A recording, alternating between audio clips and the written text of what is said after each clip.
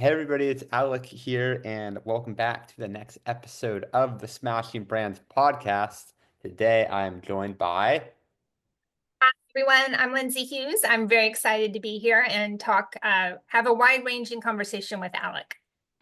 yes, and who spent enough time in LA and is now in Houston, Texas.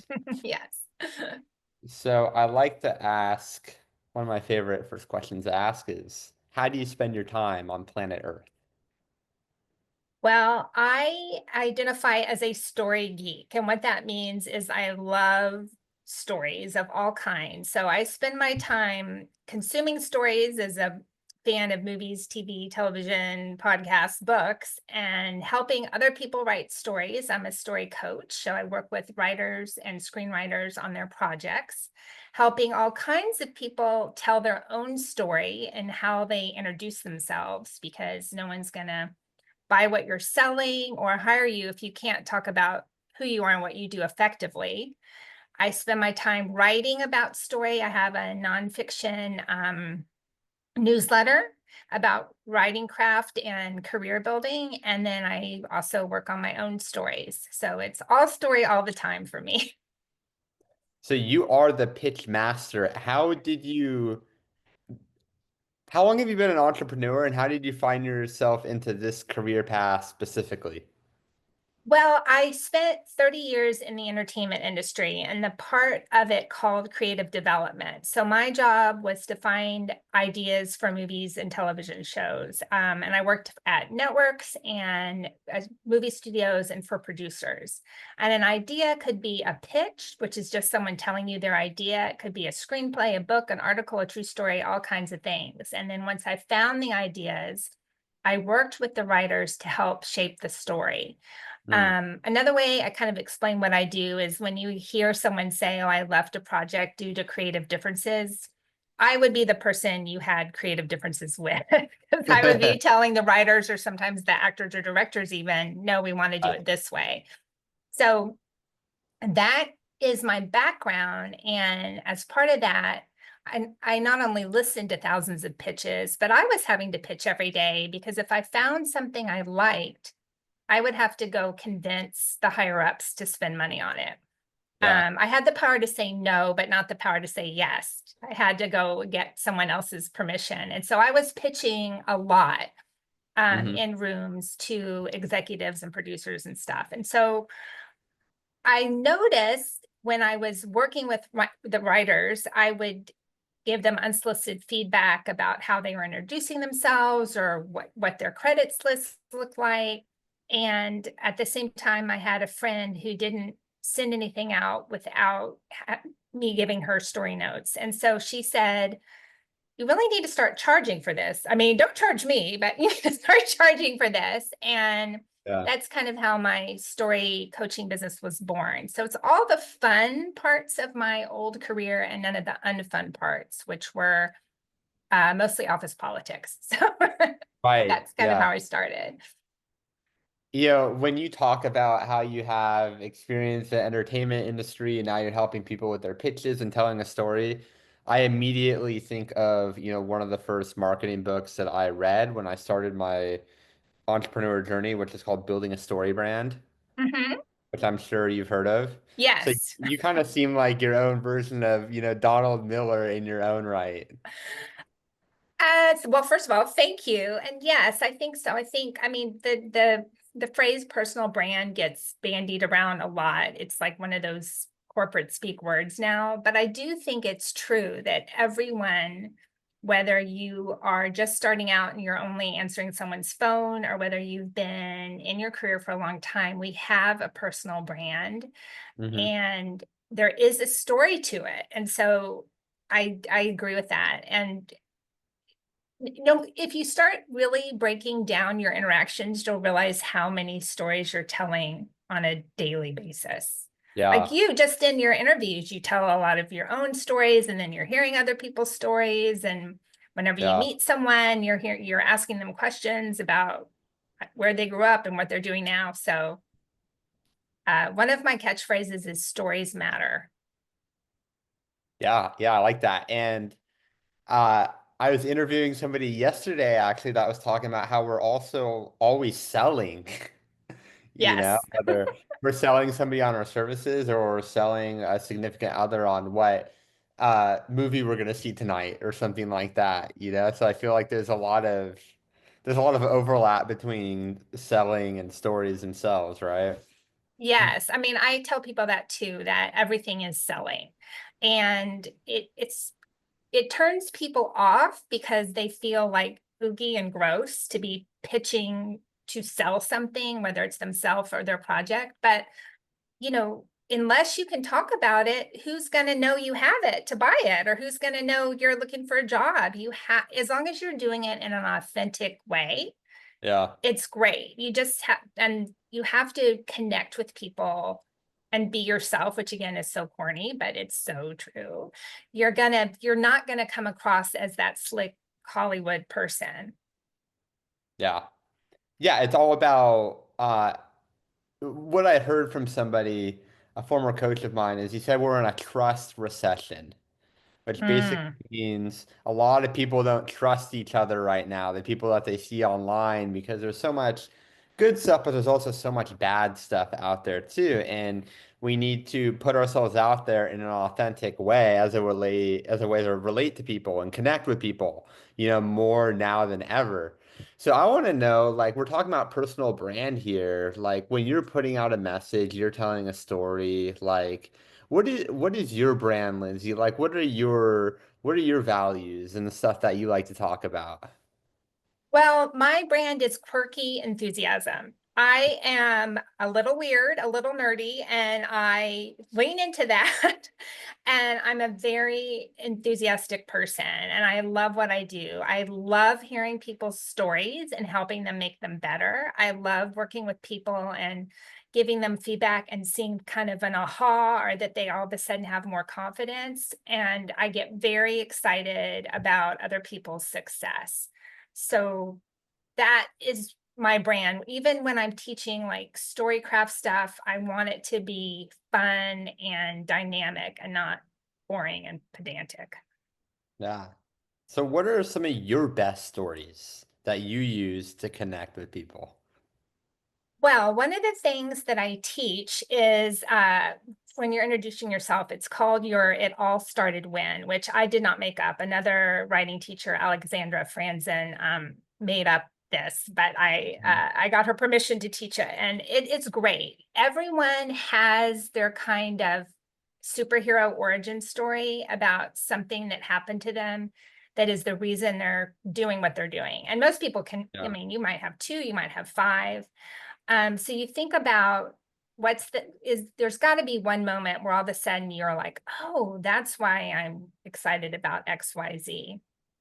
So mine is, first of all, I'm really lucky I got my love of movies from my dad. He always took me to the movies. Hmm. Even at a very young age, he would let me pick things. He also took me to lots of inappropriate things because if he wanted to see something, he would just bring me. And he introduced me to old movies. So I got just my love of movies from him. And when I was 3, and we were in the theater, and it was a spy movie called 3 Days of the Condor. It has Robert Redford as the star. And at the climax of the film, the bad guy gets the drop on him and is like pointing his gun at Robert Redford. And I don't remember this, but my dad says, again, storytelling, he says that the whole theater was like, because they were afraid he was going to get killed. And I said in my little Lindsay 3-year-old voice, don't worry, he used to be a bad guy, but now he's good. And in the Hmm. next moment, that's what happened. And Hmm. so I like to say that's when my love of movies and knack for storytelling was born, because whatever it was, even at 3, I could read how the story was going to go. So that is one of my it all started wins.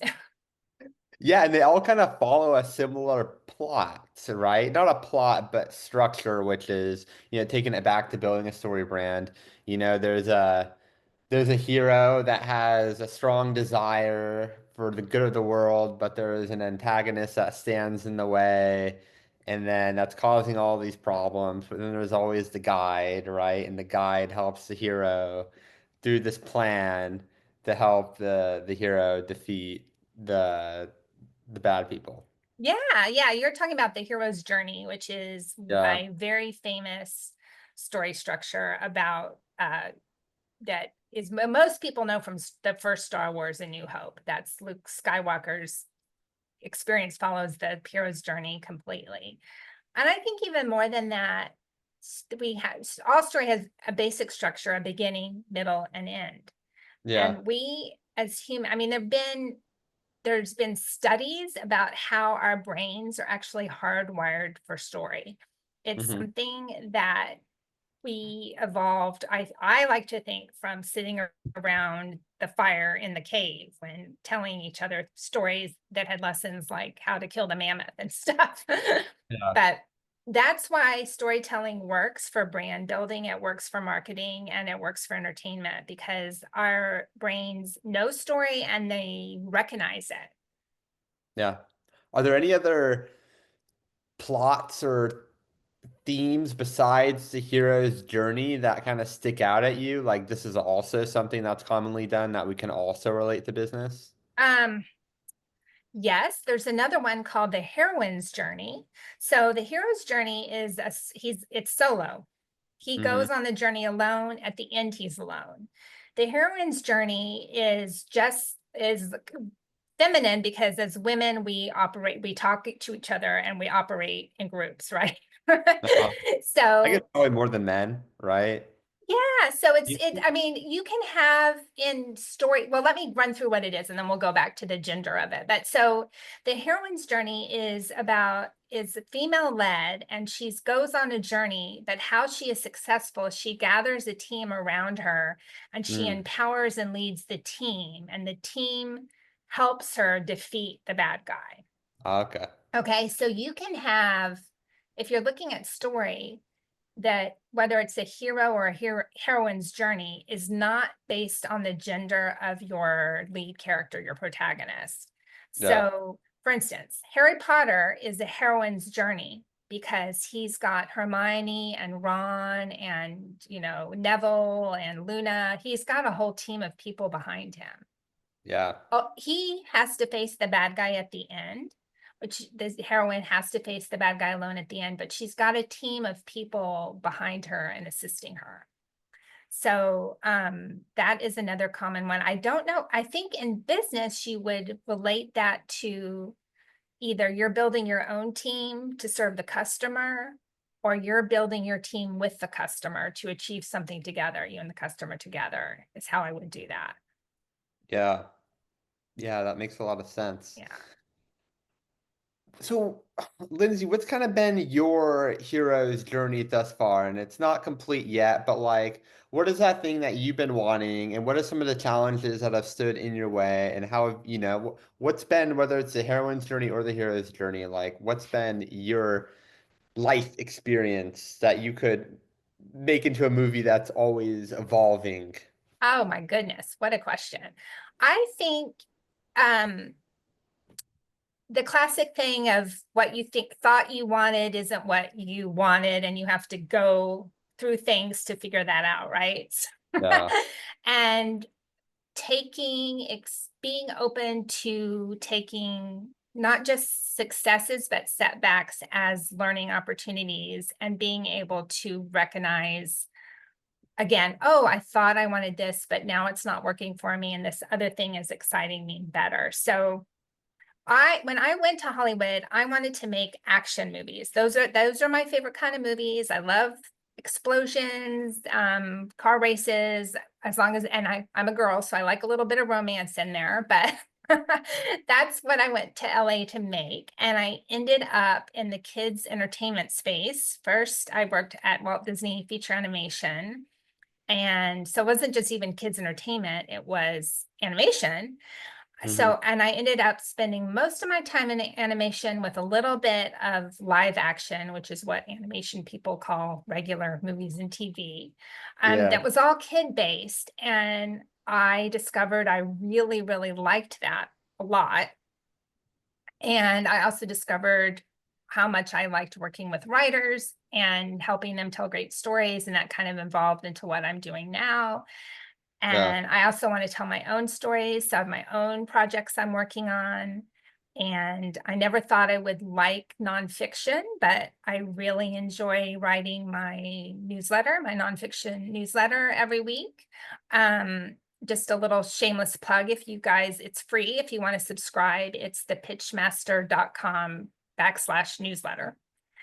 And then I wrote my first nonfiction book and published it last year. That was for screenwriters. And again, I never thought I always wanted to write novels, which I'm working on now, but I never Hmm. thought I would write a nonfiction book. And I did that first. And that is called How to Turn Your Screenplay into a Novel. So guess what that is about?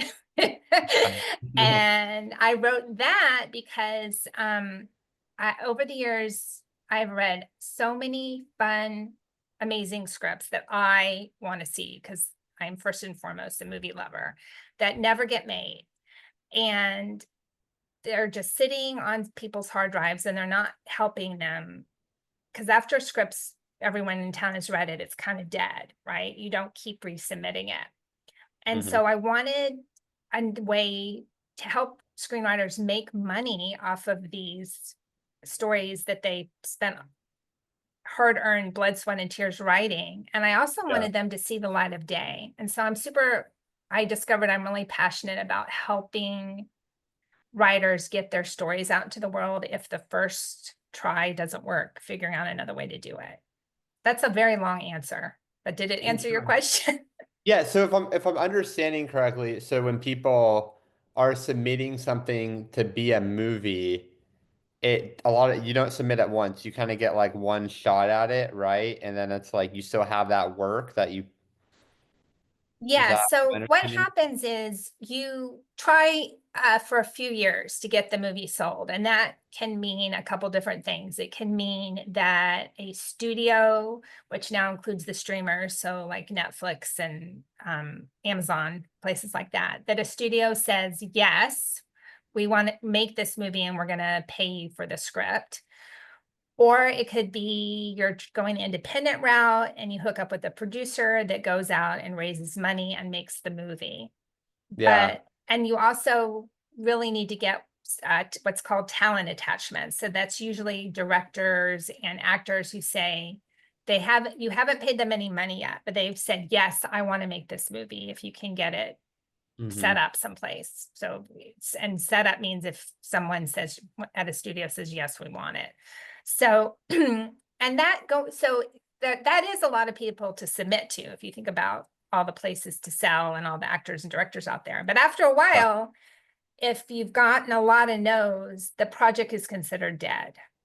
Mm. Can't keep resubmitting it. You can't be like, oh, I submitted this to Warner Brothers 3 years ago. I'm going to try again because they have a record of everything that's been submitted and they'll look it up and be like, oh, we already said no. We already passed on this. So then it Mm. just sits. It doesn't do anything for you except maybe be a writing sample and a writing sample is what you need when there's a writing assignment. So I have an idea. I want to hire you, Alec, to write my movie, but to make Hmm. sure you can do it, I need to read a script of yours. So you're getting Mm. a tiny bit of mileage out of it, but no one's ever going to see the film. So if Yeah. you turn it into my idea was if all these guys turned their scripts into novels, Mm. and publish them themselves, which is the best way to do it, in my opinion, because you get to keep 100% of the money versus a lot less if it's traditionally published with a publisher. Yeah. And you've got your people are reading it and enjoying it. So your story is seeing the light of day. So that was the Yeah. thinking behind the book and kind of teaching people how to do that. Gotcha. Okay. And you published that this past year? Yeah, so it went live in August and it's available in all the places. It's up everywhere. Okay, cool. So with that, are you just selling that book to sell that book, or are you making that into like a marketing tool for your own business, maybe as a way to, I don't know, maybe have some kind of like coaching program or something like that that can help people launch their books? Yes, so it is, yes to both things. So I'm selling it. Mm, I think that the subject matter is evergreen. So my hope and plan in terms of marketing it is to market it forever and sell it forever. Yeah. And then I am already a coach, so I already sell coaching packages. And my Yes. plan for this year was to start doing some in-person events in Los Angeles. But then the Hmm. fires happened, and I know some writers that lost their homes, and I just did not think now was the time to be charging people even like $25 for a workshop about this. So I'm still going to do it at some point, but it's Yeah. on a little bit of hold, because if you want, you can check the book out of the library and read it for free. So if someone I that way people can, if they're interested in it, they can do it, and which I think everyone should. Again, I'm super passionate.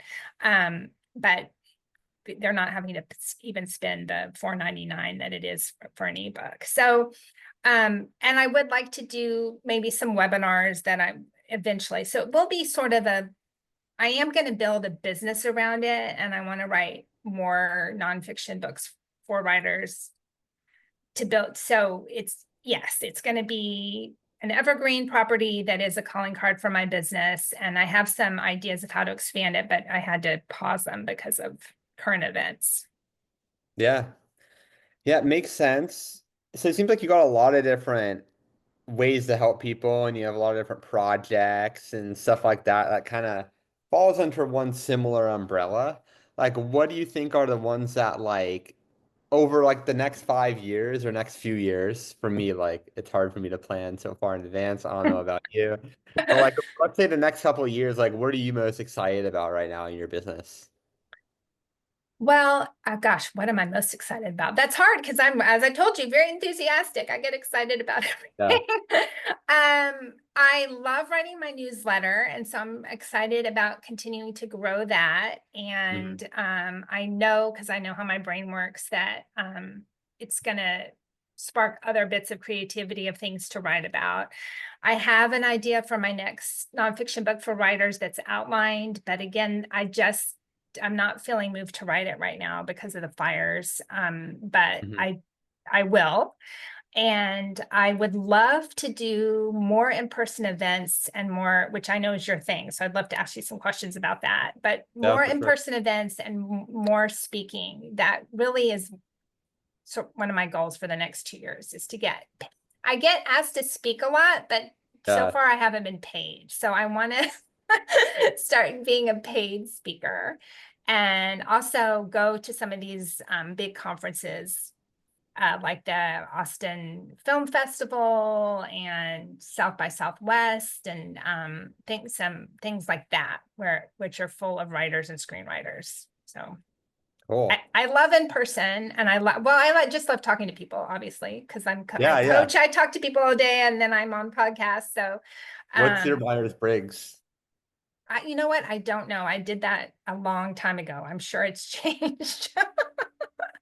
I think people kind of say the same, to be honest, over a period of years, because it's kind of more like when we grow up, like from like maybe from like 0 to 20, we change a lot, but from like 20 to however, but you're definitely an extrovert. Yes, You're I definitely am. motivated. I'm a weirdo that loves talking to strangers. So I love networking events. I love going to conferences. And that's one thing I teach is how to network, because I recognize I'm an outlier and most people hate it. So I get really excited to help people not dread it so much, you know. Yeah. Um, but yeah, I think too, just because we were locked down in California for so long, now I'm just want to talk all day and be in person, and Yeah. so. I hear you. So, as entrepreneurs, we develop so much and our mindsets and our habits and our perspectives are constantly changing. I want to know, like, over the last, let's say, 3 or 4 years, like, what's been one of like the biggest shifts that you've sort of had in your own life? Oh, wow. Well, yes, I'm a big self-development person. I read a lot just to build my business, but also to help my clients, because I think you have to be a lifelong learner if you want to keep moving forward. Yeah. So I'm big on that, and also evolving. So that's why when you asked me about my Myers-Briggs, I was like, well, whatever it was is not relevant now. So I read this book called, and I can't remember the name of the author, but it's called Personality Isn't Permanent. Mm, And he's a psychologist, and his whole thing is that those personality tests are actually irrelevant because you can change your personality if you want to, and you do mhm. that by developing new habits. Yeah, So that's the thing I've been working on the most, is building new habits and praising consistency. And I think, and I've written about this a lot to my audience, is that it's all about keeping a commitment. And so if you make a commitment to yourself, like I'm gonna walk the dog a mile every day, and you do it, you don't realize it, like it's not conscious. I feel confident, but you feel better about yourself because you did what you said you were going to do, and then that makes it easier to do the next thing. So yeah. that, I'd say that's the biggest shift in the last 5 years, is consciously being like, okay, if I want to have this result, I'm going to have to make this change, and doing it, and then seeing the result and getting excited, and then that fuels the next thing. For sure. So what have been, some of those commitments that you've wanted to make to yourself to get a certain result? Well, one of them is the newsletter, because I knew for like 7 years I needed to do that, and I just couldn't make myself do it. I just was like, no one cares what I have to say. No one wants to hear from me. And finally, I bit the bullet and did it. And I thought it would be this giant chore, but number one, I really enjoy the writing of it. Number two, it's brought me all kinds of opportunity. And number three, I get good feedback. People seem to enjoy it. And then again, that whole loop, that whole consistency, confidence loop. So now I look forward to writing it.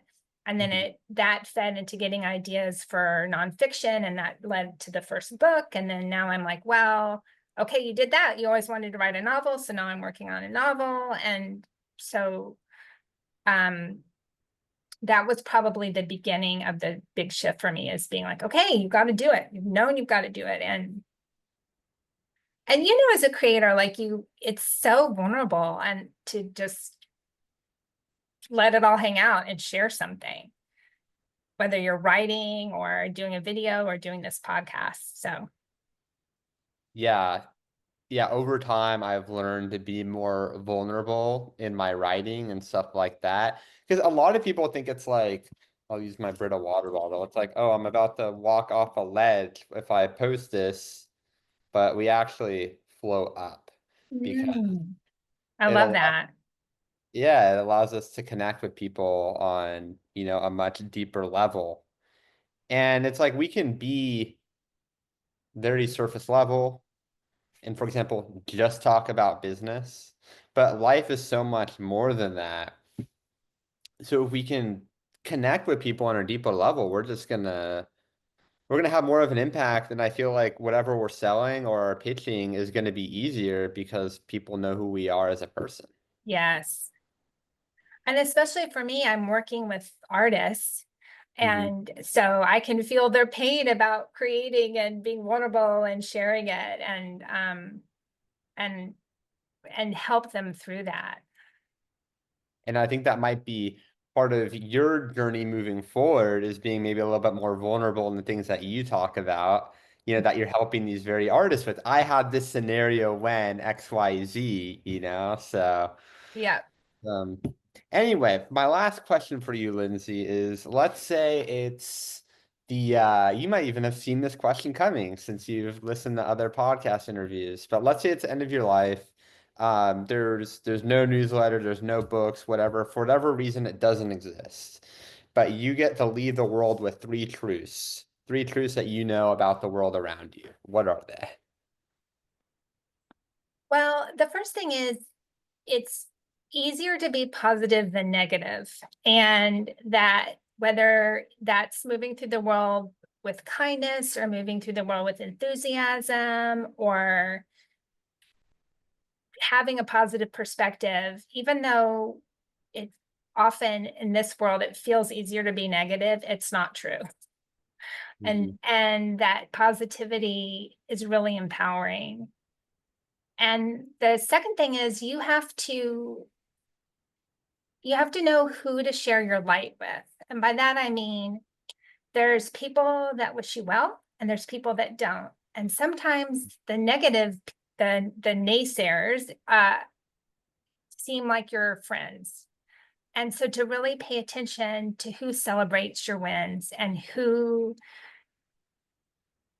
says, when you share something, says dream killer comments, right?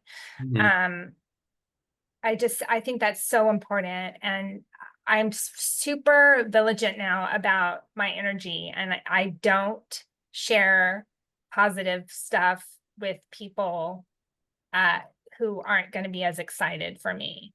Yeah. So, and it's so easy to have people around you that you think support you, and they don't. Mm. So I don't know. That's two things. I guess the third thing is figure out your North Star and whatever that is. So I'm a person of faith. So for me, that's that's God. Like what ultimately, what does God want me to do? And Yeah. that helps me figure out, make decisions. Mhm. Um, so, and it can be whatever it is. It can be your children. It can be you want to tell great stories. It can be you want to earn this amount of money so you can travel the world surfing. It doesn't have to be something as profound as that, but have a North Star and use it in your when you're making decisions. Because again, it's great to ask people for advice, but at the end of the day, you have to use discernment and know what advice to take and what advice to ignore. And if you have a strong North Star, it's going to be a lot easier to move through the world. Yeah. That's great. That's some really powerful advice, Lindsay. Oh, thank you. So where can the people find you? Everyone can find me at thepitchmaster.com and on Instagram at the Pitchmaster and on LinkedIn as Lindsey with an EY, Lindsey Hughes. And I would love everyone to subscribe to my newsletter. If you want help with storytelling or pitching or networking, I do one-on-one coaching sessions. And I'd love to hear from people. So you can also just email me at the website and ask me a random question. I'm totally down with that. Perfect. Well, Lindsay, thanks again so much for being on the show. Thank you for having me. This was so much fun.